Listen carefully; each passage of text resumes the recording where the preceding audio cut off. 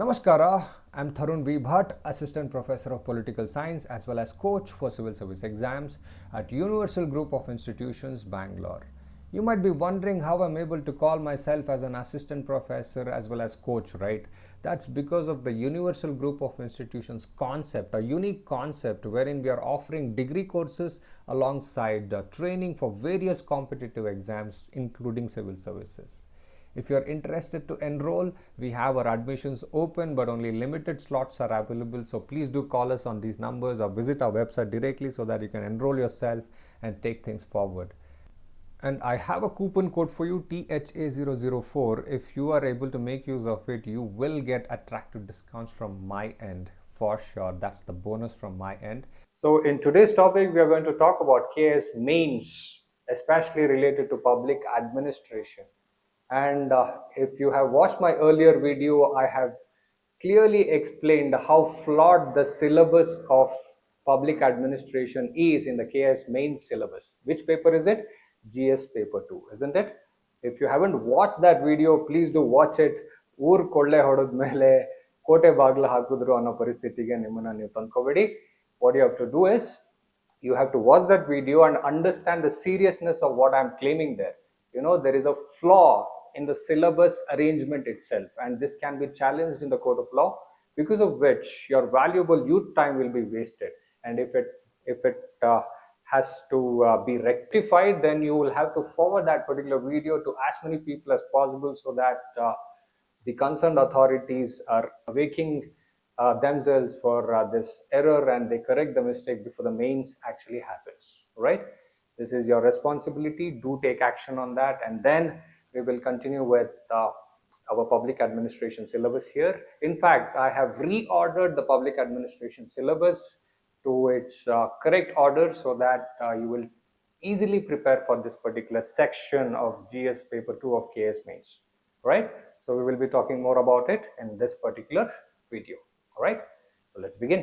So like I said, I was dealing with KAS GS paper 2, which is 250 marks, which is a 3-hour paper. You know that there are 4 GS mains paper in KAS exam, and one of that is GS paper 2. In that you have section 1. Look at this, section 1, which is about geography, that is physical features and natural resources, geography of world, India and Karnataka. All right, and then there is section 2, which is all about Indian Constitution, which is 7 units there, and 7 units in section 1 as well. And then the third section talks about public administration and management and international relations, which is again 7 units. And my focus area is public administration today, because I'm an expert in public administration and it requires an expert to guide you in this particular field. That is why I reorganize the syllabus as well for you. So how this KAS Mains syllabus, which is regarding public administration, has to be reorganized is what I have given in this particular slide. I want you to take a look at it. Look at this, how organized this is. Section 3 is consisting of public administration, management and international relations, consisting of 7 units, correct? And the first unit is public administration, meaning, nature, scope and importance. Actually, this is how the syllabus has to be organized. Then in the second unit, you have the structure of the organization. So the structuring of the organization is important. If you want any organization to be well established, structuring it is very, very important.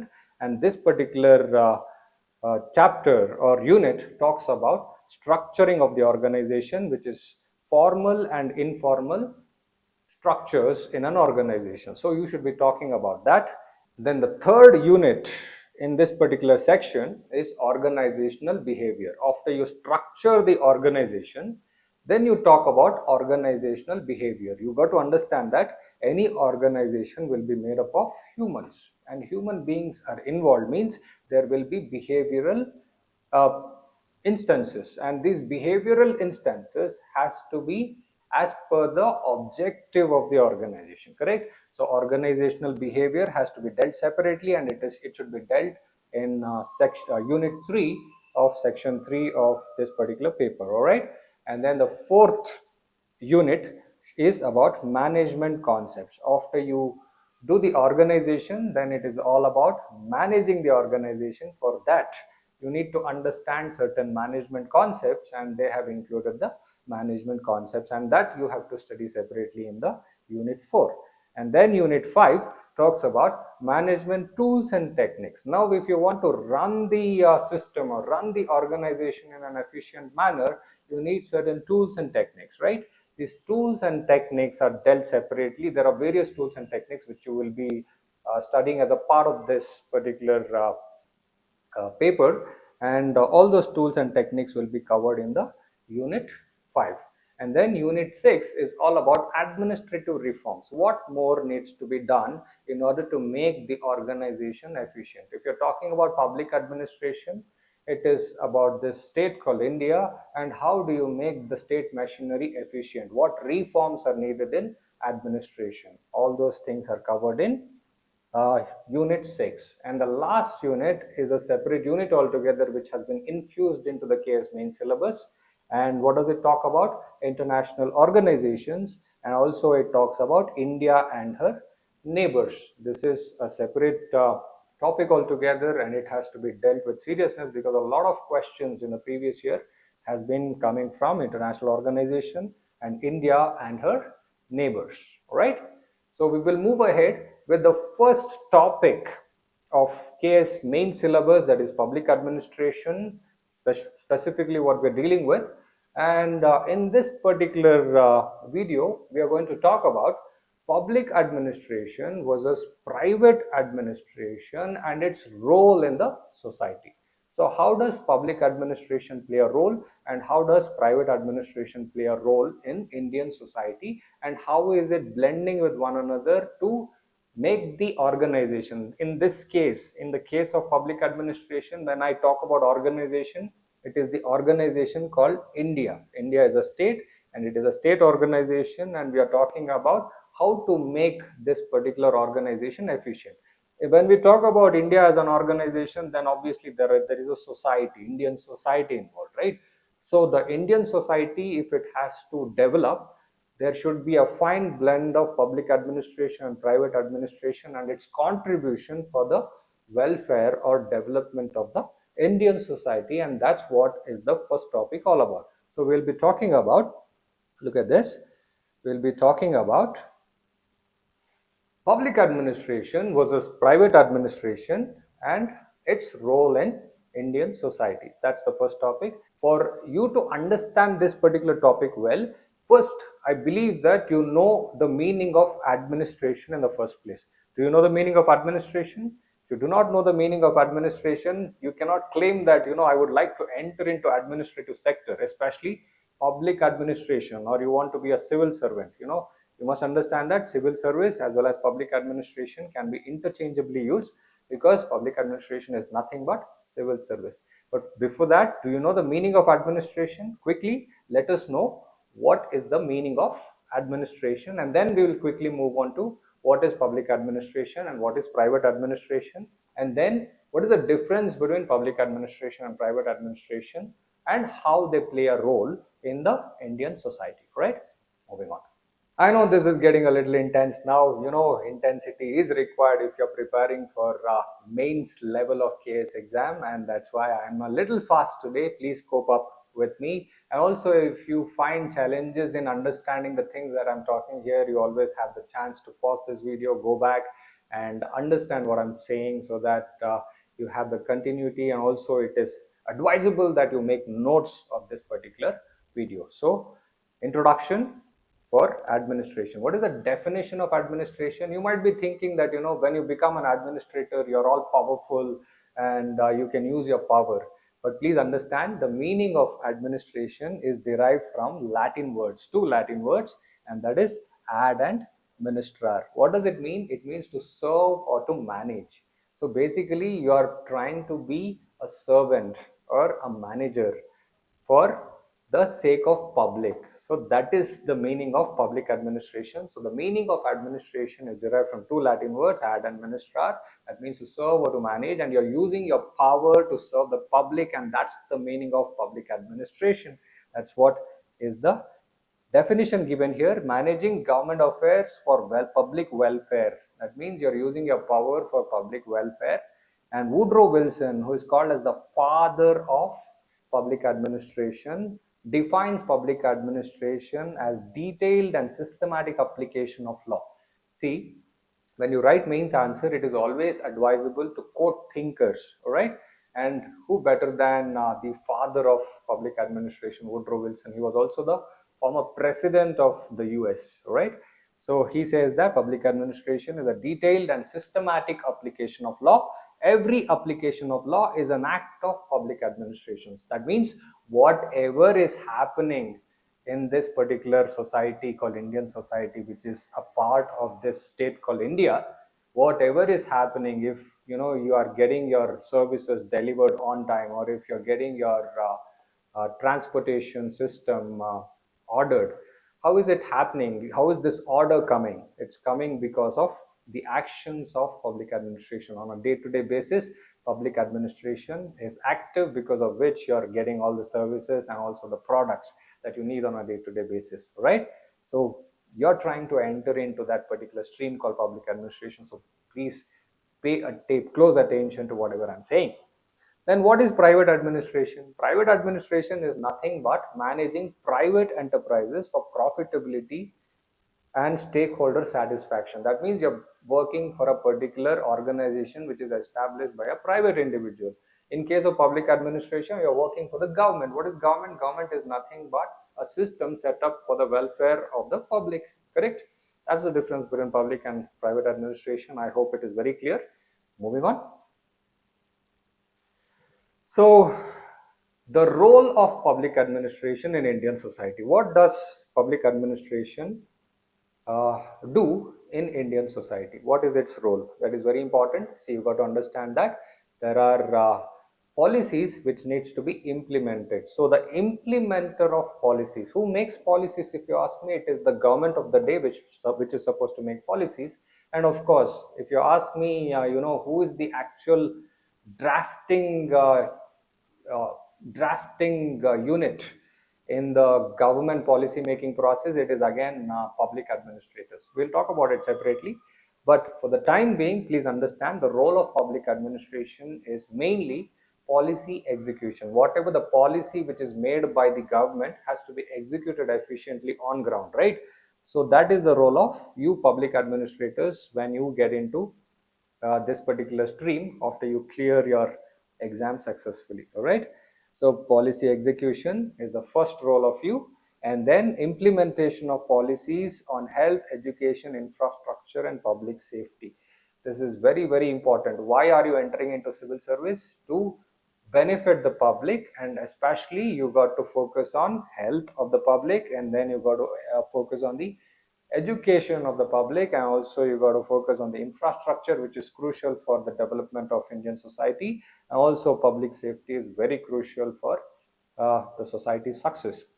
That is what you will be focusing on. And then you will be focusing on regulatory functions, control functions. If you are a public administrator, you have the power to control the happenings which are not as per law, right?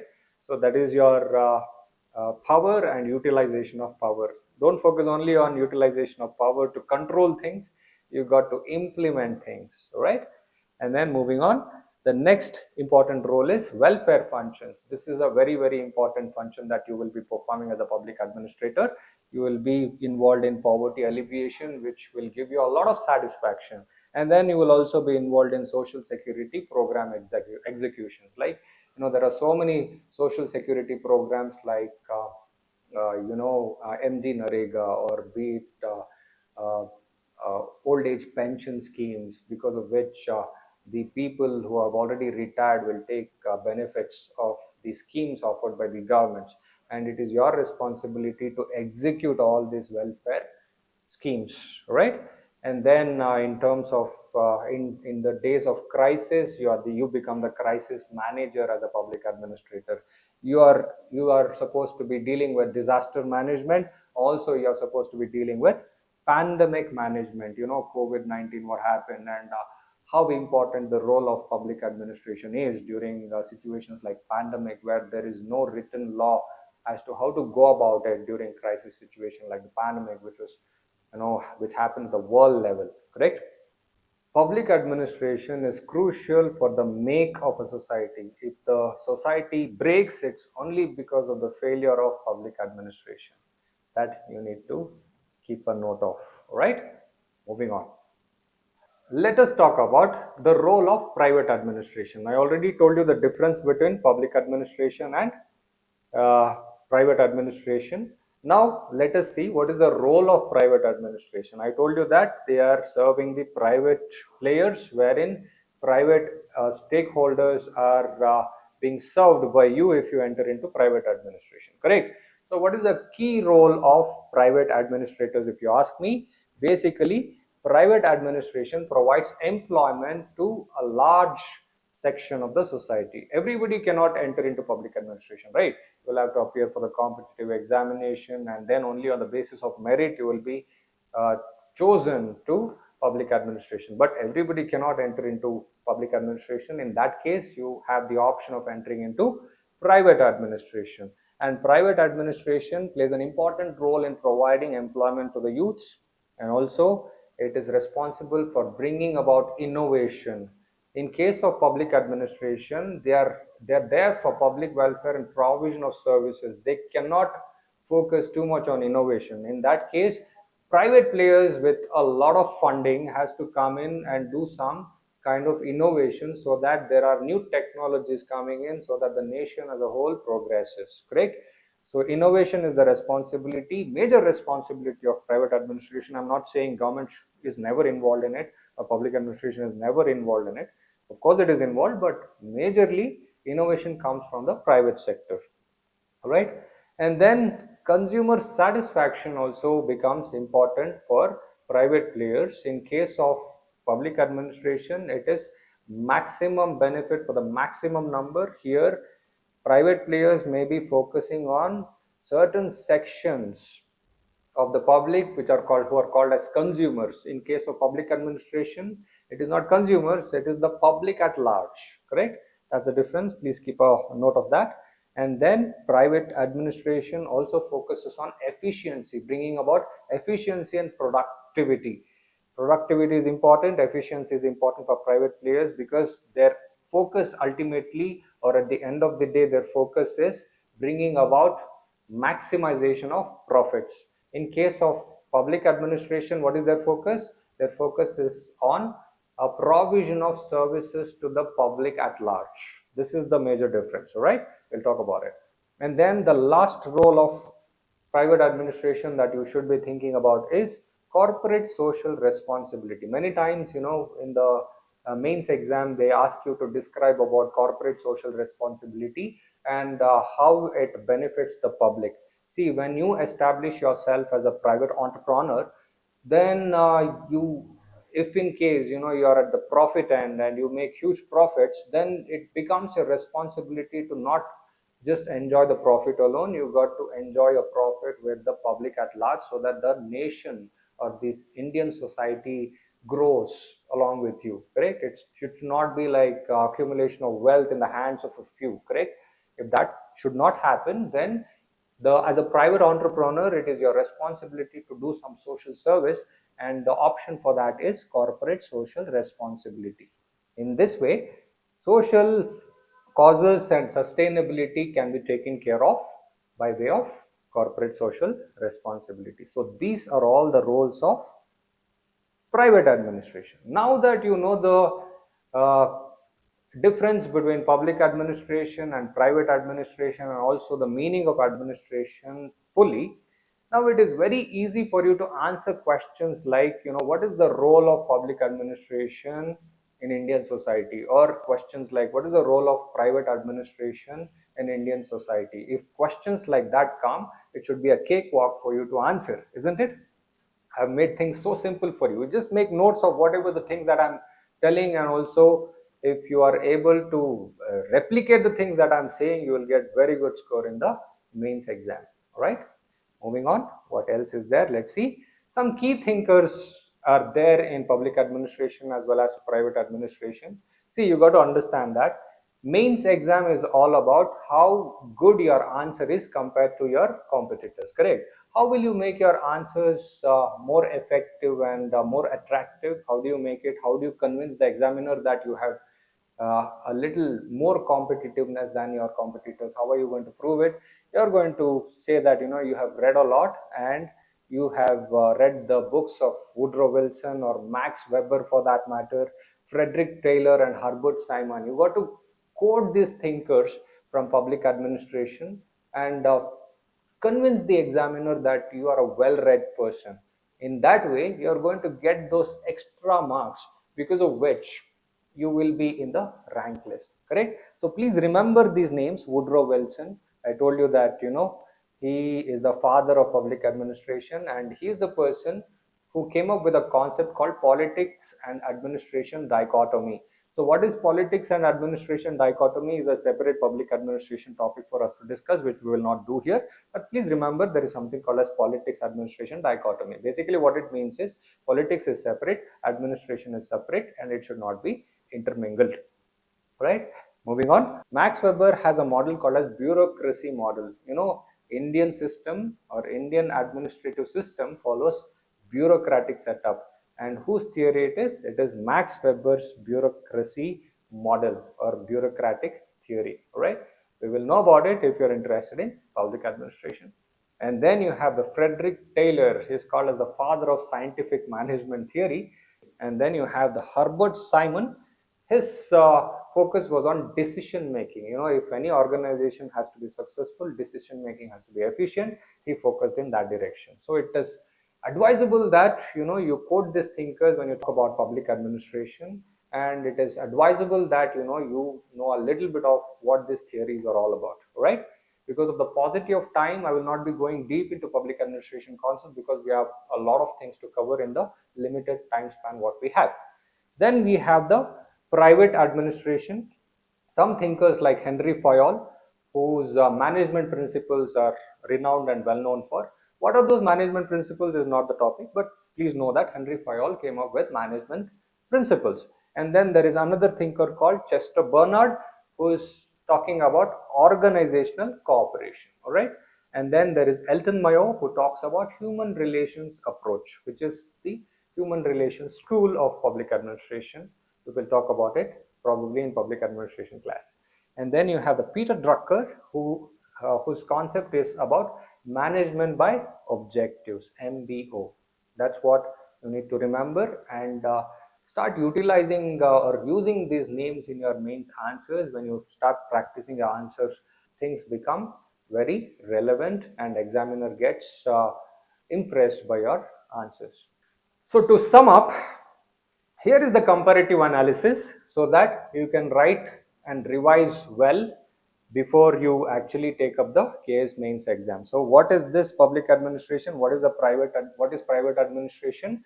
And what is the difference? See, the objective of public administration is public welfare, like I said, and then the objective of private administration is profit maximization. Remember that. And then accountability of public administration is to the public and government. And who is private administration accountable to? It is accountable to the shareholders and customers, shareholders of a company, correct? And then who takes decision in public administration? It is the political bosses who take the decision, or there are well established procedures, because India is a country with rule of law, and there are well established procedures, and basing on the procedures only decisions are taken in public administration. That means you got to be the follower of law and follower of rules and regulations. And then in private administration, decisions are taken on the basis of economic and pragmatic circumstances, correct? That's the difference.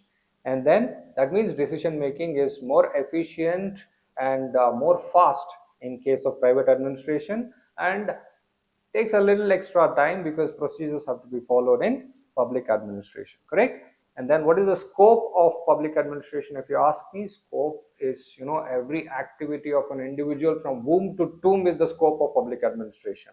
So broader societal focus. And then private administration's focus is specific organizational goals. Any organization will set up vision and mission for itself, and then it is your responsibility to work towards that vision and mission of that particular organization. And then talking about flexibility, limited by rules and policies if you're into public administration, because you will always be constrained with a lot of procedures to be followed, rules and regulations to be followed, because of which you may have limited flexibility. But in case of private administration, you would have more flexibility and you have the option to be more adaptive, right? So this is the overall difference between public administration and private administration. And if you are able to etch it in your memory by way of making notes, you will be easily able to write efficient answers with regard to public administration and private administration. So that's it for today. I hope this particular video presentation has been very engaging, and it has benefited you in a big way. And I'll come up with more videos like this if you show your support and appreciation by way of commenting, by way of giving me more suggestions as to what more topics that I need to cover in KS Mains, because everything in KS Mains cannot be covered by me, but I will cover all the major areas of public administration, management, and international relations, so that you are able to excel in KS Mains exam or any other exam for that matter. All right.